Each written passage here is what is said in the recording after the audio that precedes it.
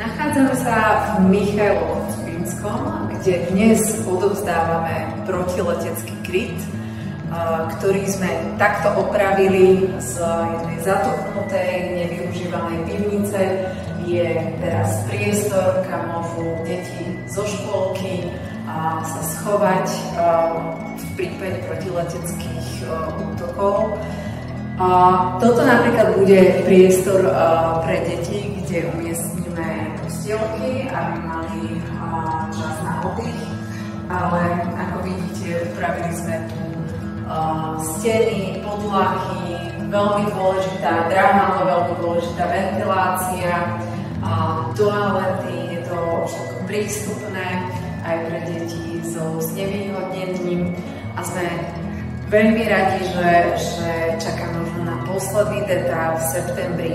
Dodáme nábytok a deti budú mať bezpečný priestor.